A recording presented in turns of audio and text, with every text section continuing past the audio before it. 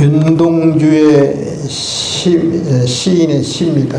우리 윤동주는 일단 잘 알죠. 독립운동가였죠. 몸으로는 싸우지 않았지만 시를 통해서, 저항시를 통해서 독립운동을 했던 분이 바로 윤동주 시인이죠. 윤동주 시 가운데 내 인생에 가을이 오면이라는 시가 있습니다. 한번 제가 쭉 읽어드리니까 잘 한번 들어보세요. 내 인생에 가을이 오면 나는 나에게 물어볼 이야기들이 있습니다. 내 인생에 가을이 오면 나는 나에게 사람들을 사랑했느냐고 물을 것입니다. 그때 가벼운 마음으로 말할 수 있도록 나는 지금 많은 사람들을 사랑하겠습니다. 내 인생에 가을이 오면 나는 나에게 열심히 살았느냐고 물을 것입니다. 그때 자신 있게 말할 수 있도록 나는 지금 맞이하고 있는 하루하루를 최선을 다하며 살겠습니다. 나는 내 인생에 가을이 오면 나는 나에게 사람들에게 상처를 준 일이 없었냐고 물을 것입니다. 그때 자신 있게 말할 수 있도록 사람들을 상처 주는 말과 행동을 하지 말아야 하겠습니다. 내 인생에 가을이 오면 나는 나에게 삶이 아름다웠느냐고 물을 것입니다. 그때 기쁘게 대답할 수 있도록 내 삶의 날들을 기쁨으로 아름답게 가꾸어 가야겠습니다. 내 인생에 가을이 오면 나는 나에게 가족에게 부끄러운 일이 없었냐고 물을 것입니다. 그때 반갑게 말할 수 있도록 지금 좋은 가족의 일원이 되도록 가족을 사랑하고 효도하겠습니다. 내 인생에 가을이 오면 나는 나에게 이웃과 사회와 국가를 위해 무엇을 했느냐고 물을 것입니다. 나는 그때 힘줘 대답하기 위해 지금 이웃에 관심을 가지고 좋은 사회인으로 살아가겠습니다. 내 인생에 가을이 오면 나는 나에게 어떤 열매를 만큼 맺느냐고 물을 것입니다. 내 마음의 밭에 좋은 생각의 씨를 뿌려 좋은 말과 좋은 행동의 열매를 부지런히 키워야겠습니다. 내 인생에 가을이 오면 이분은 기독교인이었죠. 기독교인답게 내 인생에 가을이 오면 누구나 다 인생에 가을이 오잖아요.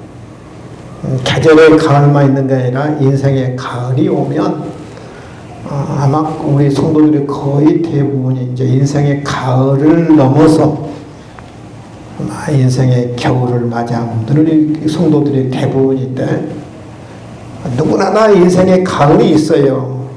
또 계절의 가을이 있습니다. 인생의 가을에 성숙의 열매를 맺어야겠다는 그런 다짐의 시죠.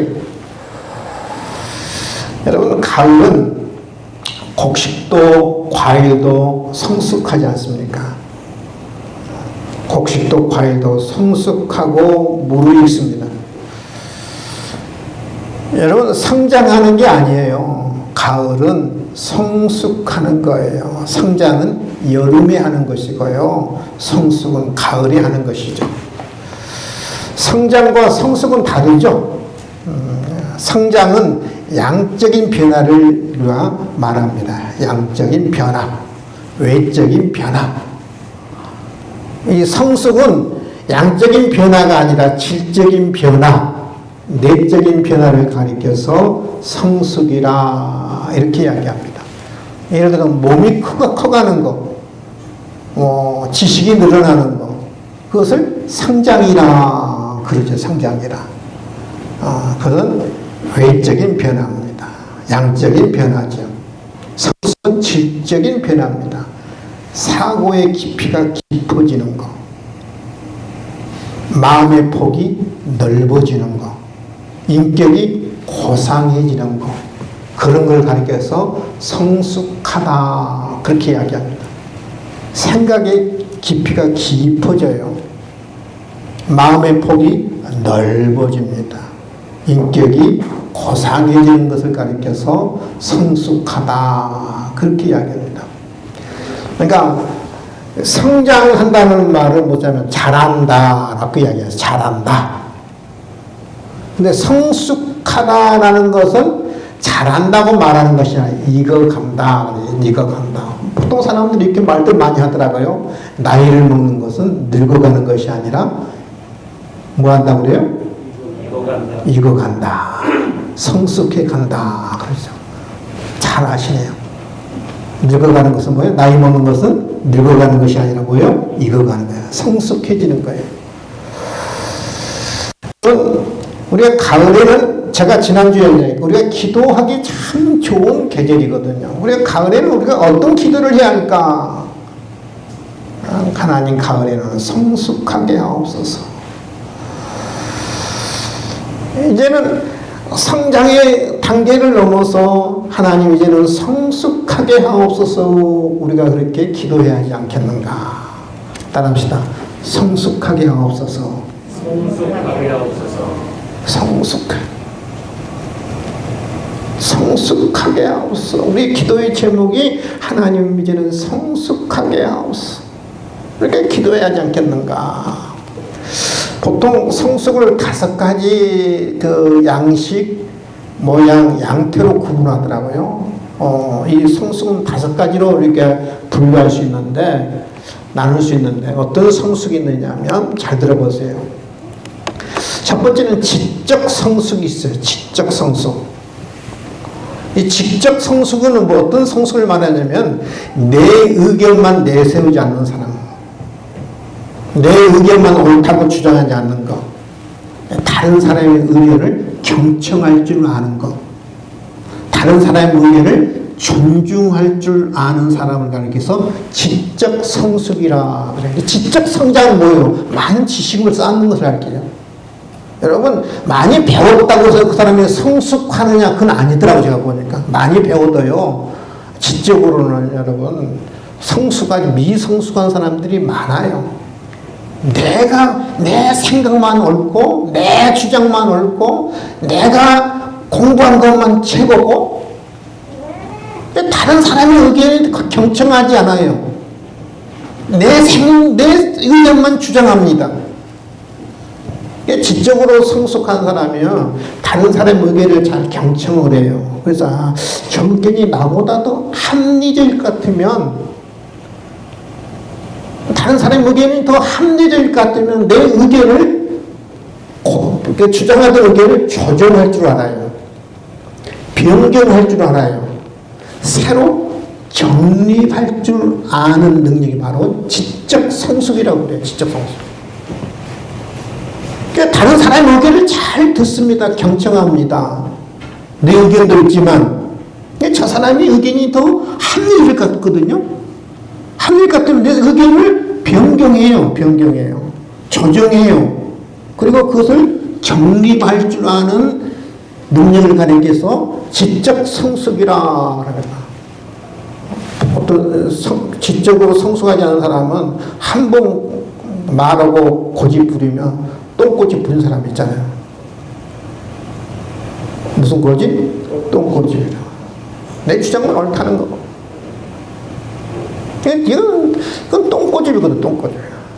근데 지적으로 미성숙한 사람은 내 의견만 옳다고 이야기합니다. 다른 사람의 의견을 들으려 안 해요. 그냥 내 길을 막아버리거든요.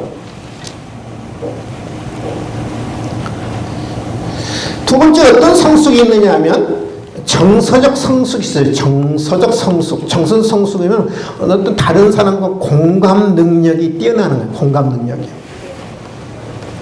정서적으로 성숙한 사람은 다른 사람의 처지를 이해하고 존중할 줄 알아요. 다른 사람의 처지를 이해하고 존중합니다. 그래서 다른 사람의 행동과 말에서 큰 상처를 안 받아요. 아, 그럴 수 있다 생각을 해요. 왜냐하면 다른 사람의 처지를 이해하고 존중하기 때문에 아, 그럴 수 있다 생각을 해요. 정서적으로 성숙하지 못한 공감 능력이 없어요. 미성숙하면 공감 능력이 떨어져가지고 모든 게 자기 입장에서만 이해하고 자기 입장에서만 생각해요. 근데 또 자기 중심적이죠. 그래서 다른 사람을 이해하지 못하고 잘 삐지고 상처를 받아요. 공감 능력이 떨어진 거예요. 다른 사람의 처지를 입장을 잘 이해를 하지 않으면 내 입장에서만 생각해요. 여러분 사자성어에 이런 이야기를 하죠. 오늘 그 카톡에 보니까 옛날에 우리 성도님이 그 카톡 메인 카톡에 있다 역지사지라고 써. 역지. 다른 사람 입장에 서서 생각해 보는 거. 역지사지. 바로 이 정서적 성숙이에요. 다른 사람의 처지와 입장에 서서 생각해 보는 거예요. 내 입장에서만 저 문제를 보는 게 아니라 상대방 입장에서 이 문제를 생각할 수 있는 능력이 바로 성숙이 정서적 성숙이라. 정서적 성숙. 근데 다른 사람 입장에서 생각해 보면은 다 그럴 수 있거든요. 내 입장만 생각하기 때문에 이해를 못 하는 거거든요.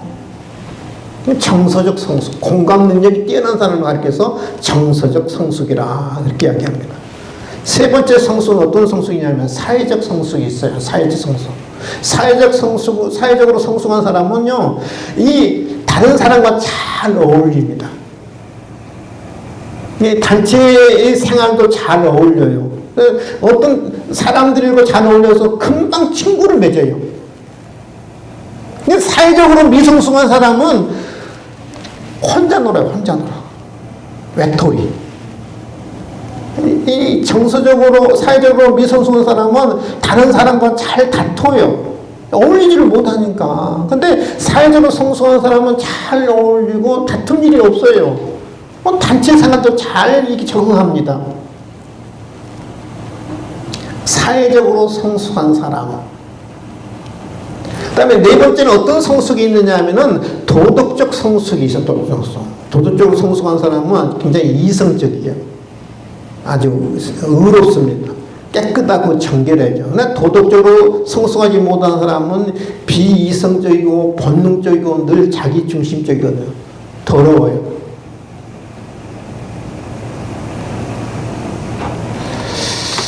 다섯 번째 어떤 성숙이 있냐면 영적 성숙이 있어요. 영적 성숙. 영적으로 성숙한 사람이 있어요. 제가 오늘 드리고자 하는 말씀은 우리가 여러 성숙이 있을 수 있어요. 사회적 성숙이 있을 수 있고 정서 성숙이 있을 수 있고 지적 성숙이 있을 수 있고 여러 성숙이 도덕적 성숙이 있을 수 있지만 제가 오늘 여러분 드리고 싶은 건 뭐냐면 영적으로 성숙한 사람인데 영적으로. 영적으로 성숙한 사람이 있는가 하면 영적으로 미숙한 사람이 있어요. 영적으로 어린아이 같은 사람이 있어요. 오늘 성경을 이렇게 이야기하거든요. 14절에 그랬죠. 이는 우리가 이제부터 어린아이가 되지 아니하야. 그렇게 영적으로 어린아이가 되지 아니하야. 영적으로 어린아이 같은 사람들이 있거든요. 영적으로.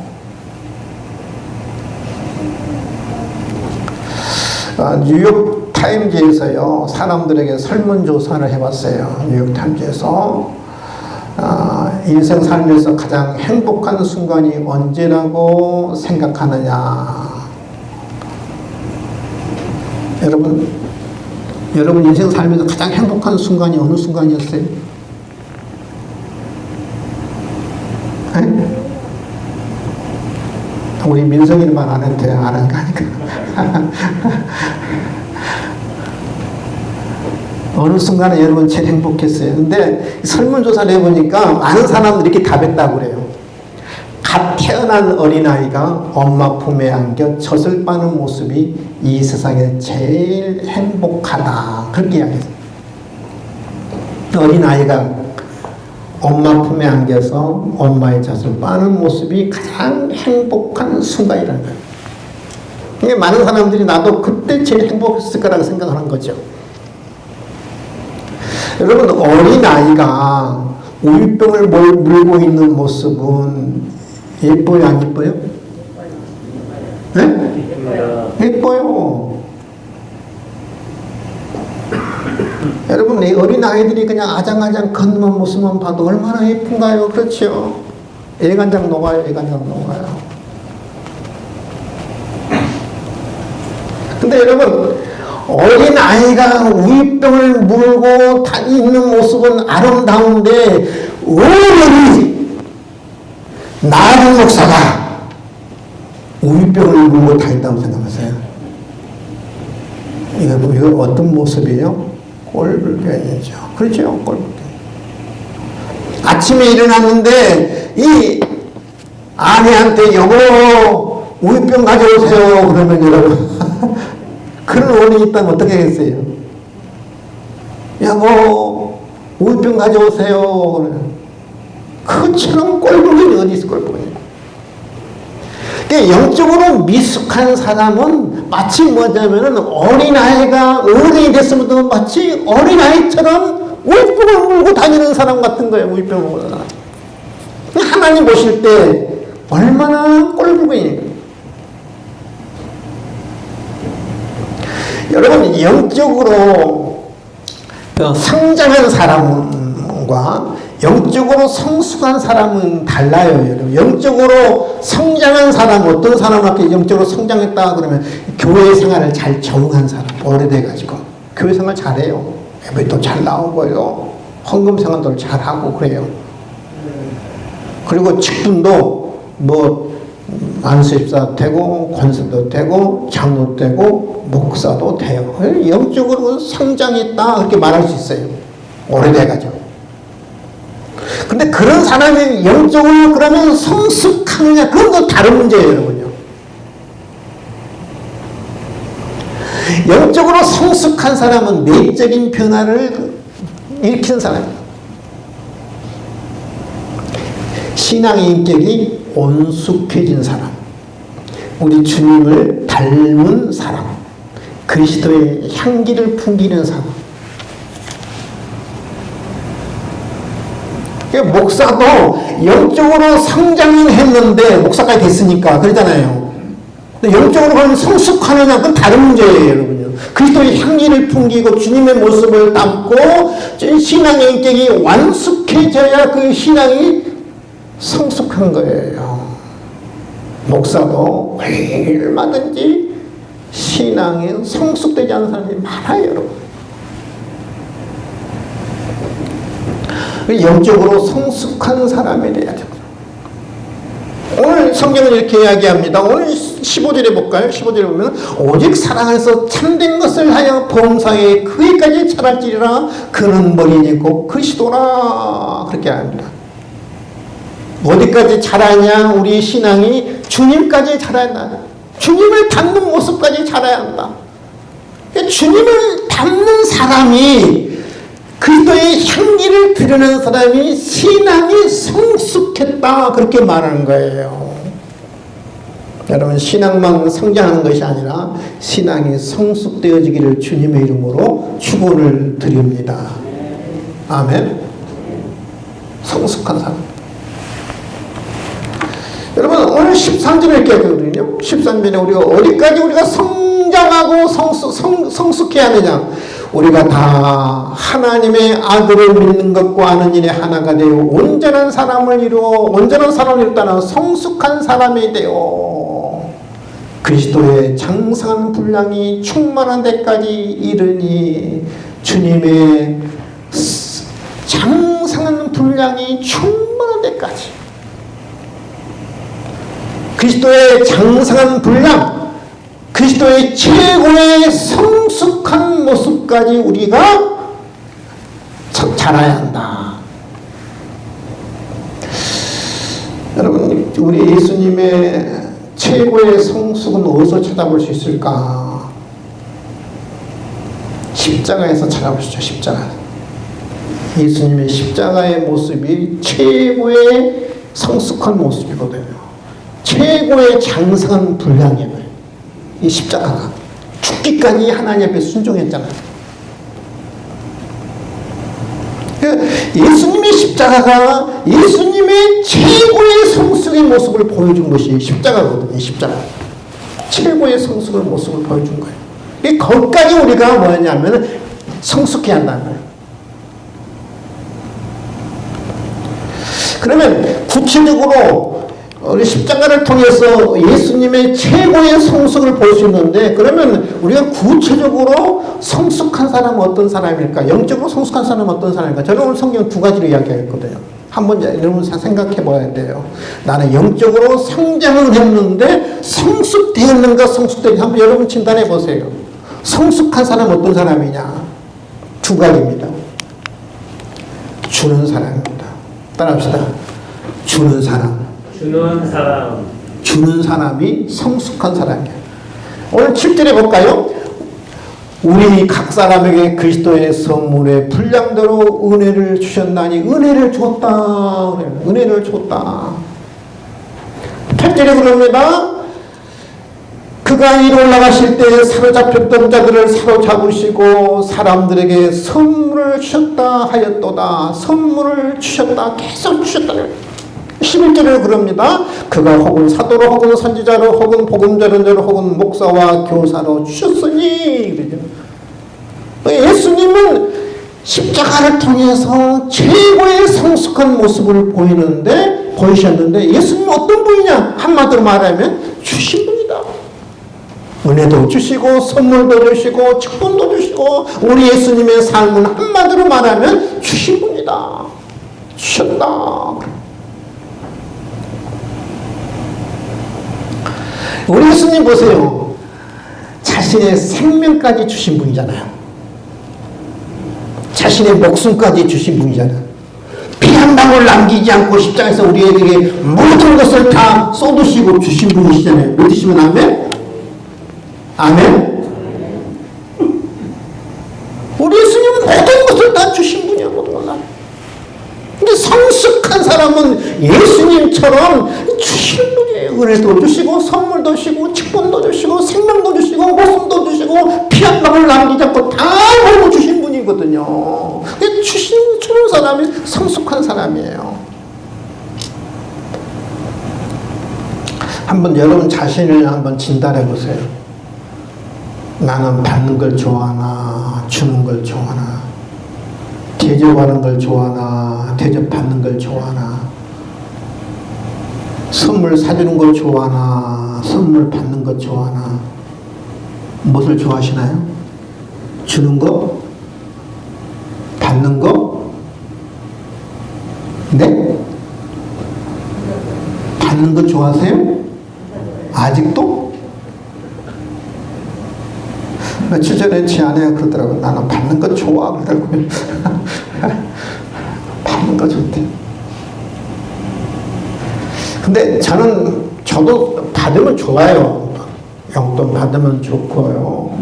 좋아요. 근데 저는 솔직하게 저는 주는 것도 좋더라고요. 솔직하게 대접받는 것보다 대접해 주는 게 좋아요. 왜냐하면 줄 수 있다는 건 대접할 수 있다는 건 그만큼 내가 능력 된다는 말 아니겠습니까? 그러잖아요? 능력 안 되는데 줄 수 있나요? 주고 싶은데? 능력 안 되는데 대접할 수 있는데 대접 못하는 거잖아요. 내가 줄 수 있다는 것은 그만큼 내가 능력이 있다는 말 아니겠습니까? 아멘? 대접할 수 있는데 그만큼 내가 능력이 있다는 말이거든요. 하나님은 누구에게 주시느냐, 은혜도 주시고 선물도 주시고 하나님의 물질도 주시느냐, 내가 주고 싶어하는 사람들, 받고 싶어하는 사람들보다 내가 주고 싶어하는 사람들에게 하나님께서는 은혜도 주시고 선물도 주시고 물질도 좀 준다고 생각해요. 여러분 하나님께 물질 받고 싶으면 주세요. 줘야 돼요. 줘야 돼요. 주는 사람이 성숙한 사람이에요. 믿으시면 하면 줘야 돼요.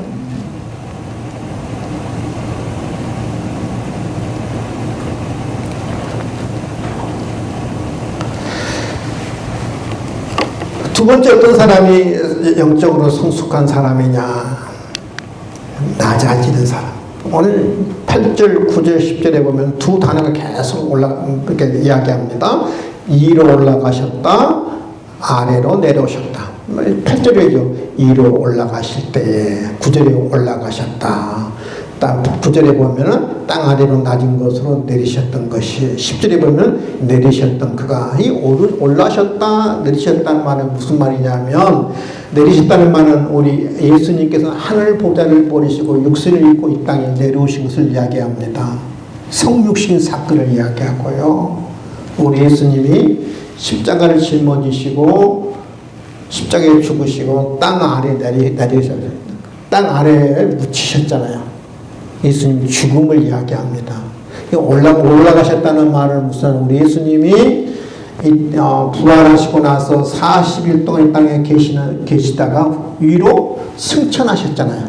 예수님의 승천을 이야기하고 내리셨다는 말은 무슨 말이냐면 예수님의 성육신을 이야기하고 예수님의 십자가를 이야기하고 예수님의 죽음을 이야기해요. 죽음을 이야기해요.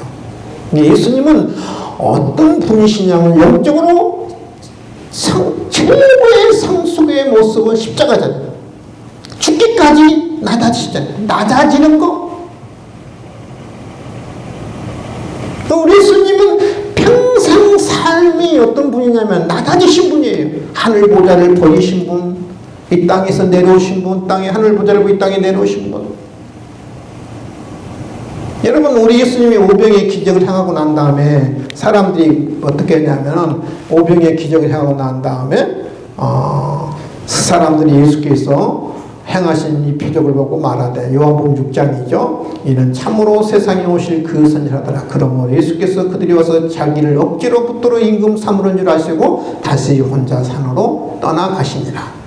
오병의 기적을 하는 사람들이 예수님을 왕으로 삼는 거예요. 예수님이 나 왕 돼야 돼. 나 높아지는 거 좋아. 나 다스리는 거 좋아. 나 군림하는 거 좋아. 예수님 왕으로 삼는 줄 아시고 산으로 떠나가신 거예요. 예수님 자신이 높아지는 거, 또 맞들어진 거, 예수님은 거절하신 거예요. 외면하신 거예요. 피하신 거예요. 예수님의 삶은 한마디로 말하면 낮아지는 삶, 겸손한 삶, 내려가는 삶을 사시는 분이에요. 영적으로 성숙하다라는 말은 나를 자꾸 낮추는 걸 이야기해요. 나를 자꾸 낮추고 감소지는 사람을 가리켜서 저 사람은 영적으로 성숙하다 이야기해요. 여러분, 예배 잘 나오는 거 영적으로 성숙하다는 거예요. 영적으로 성장했다고 이야기하는 거고요. 여러분, 겸손한 사람을 가리켜서 영적으로 성숙했다고 해요. 성숙했다고. 여러분, 사탄은 늘 우리 마음을 부추기잖아요. 교만을 부추기잖아요. 아담과 하와를 유혹할 때도 너 선악과를 따면 누구처럼 된다? 하나님처럼 된다. 자꾸 부추겨 교만하게 합니다. 사단은 늘 우리 마음을 늘 부풀리면서 하나님처럼 되리라, 늘 유혹합니다. 굴리 마라, 지비하라, 너 빠지라. 여러분, 가정에서도 좀 같아요. 왜 우리 가정에서 다툼이 일어나냐면 이유는 하나예요. 내가 낮아지지 않으려고 그러고 내가 인정받으려고 그러고 대접받으려고 하니까 가정에서 늘 다툼이 일어나는 거거든요.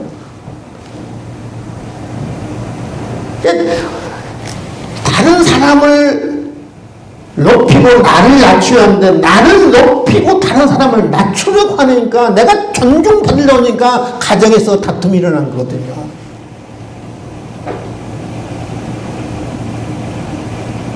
한번 생각해 보세요. 나는 나를 높이려 하는가? 다른 사람을 높이려 하는가? 다른 사람을 낮추려 하고 나를 높이려 하면 그것은 바로 성숙하지 못한 거예요. 성숙한 사람은 나를 낮추려고 남을 높이려고 그래요. 남을 높이려고. 남을 존중해 주는 거예요. 존중해 주는 거예요. 그런 사람을 성숙하다, 영적으로 성숙하다 이야기하는 거예요. 영적으로 성숙하다. 신앙생활을 잘하는 것은 성장했다고 말하고, 나를 낮추려는가, 나를 높이려 하는가, 다른 사람을 낮추려는 다른 사람을 높이려 하는가, 다른 사람을 여러분 낮추려 하고 나를 높이려 하는, 그 교만한 사람이에요. 성숙하지 못한 사람이에요.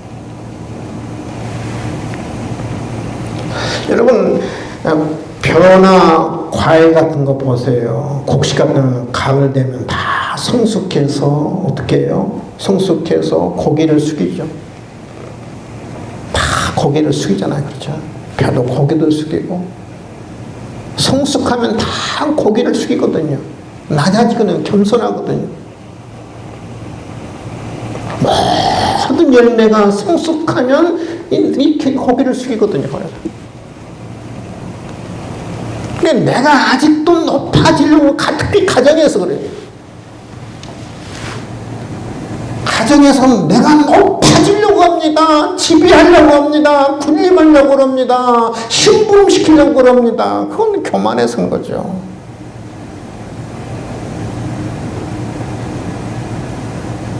교만하기 때문에 아직 성숙하지를 못했어. 미리 성숙하기 때문에 자꾸 높아지려고 그러고, 내가 가정에서는 최고야. 내가 제일 높아.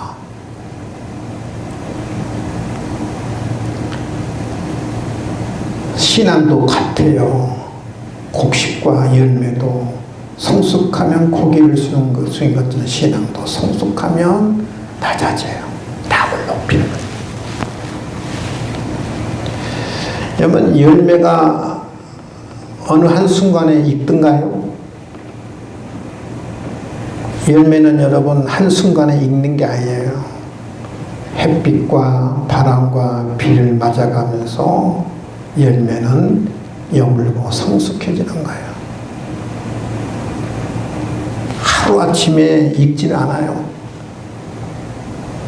내가 어느 한순간에 신앙이 확 성숙해지는 건 아니에요. 많은 연단과 고난과 역경을 통해서 내가 신앙이 여물어가고 신앙이 성숙해지는 거예요. 나기 목사 설교 한번 들었다고 해서 내가 갑자기 성숙해지는 게 아니에요. 여러분, 나기 목사가 성숙해지자 설교 제가 준비했다고 해서 제가 갑자기 오늘 성숙해지는 게 아니에요. 햇빛과 바람과 비를 맞아가면서 성숙해지는 거예요. 성숙해지는 거예요. 말씀 정리하려고 합니다. 그러면 신앙이 성장만 하는 게 아니라, 물론 신앙이 성장해야죠. 중요한 것은 신앙이 성숙됐어요. 누구처럼? 예수님처럼. 어떤 사람이 성숙한 사람이라고요? 주는 사람. 예수님처럼 주는 사람. 받으려고 하는 사람, 아직도 성숙하지 않은 사람, 주는 사람. 줘야 기뻐하죠. 낮아지는 사람. 다른 사람을 높이고 나는 낮아지고. 그 사람을 가리켜서 영적으로 성숙하다 이렇게 이야기해요. 저와 여러분이 영적으로 성장만 아니라 영적으로 성숙해지는, 정말 그리스도의 향기를 드러내고 주님 닮는, 주님의 장성한 분량까지 우리가 자라는 그런 신앙이 될 수 있기를 주님의 이름으로 축원을 드립니다. 기도하겠습니다. 하나님 아버지, 감사와 찬송과 영광을 올려드립니다. 하나님, 가을에는 우리의 신앙이, 우리의 인격이, 우리의 인품이 성숙해지기를 원합니다. 하나님, 여름에는 모든 과일들과 곡식들이 자랍니다. 성장합니다. 그러나 가을에는 성숙합니다. 하나님, 윤동주 시인의 시처럼 인생의 가을에는, 계절의 가을에는 우리의 신앙이 이제 성숙해질 수 있도록 도와주시옵소서. 여물게 도와주시고, 주님 아버지 하나님, 우리의 신앙이 완숙해질 수 있도록 특별히 은혜를 더하여 주시옵소서. 감사하며 예수님의 이름으로 기도하옵나이다. 아멘. 낮에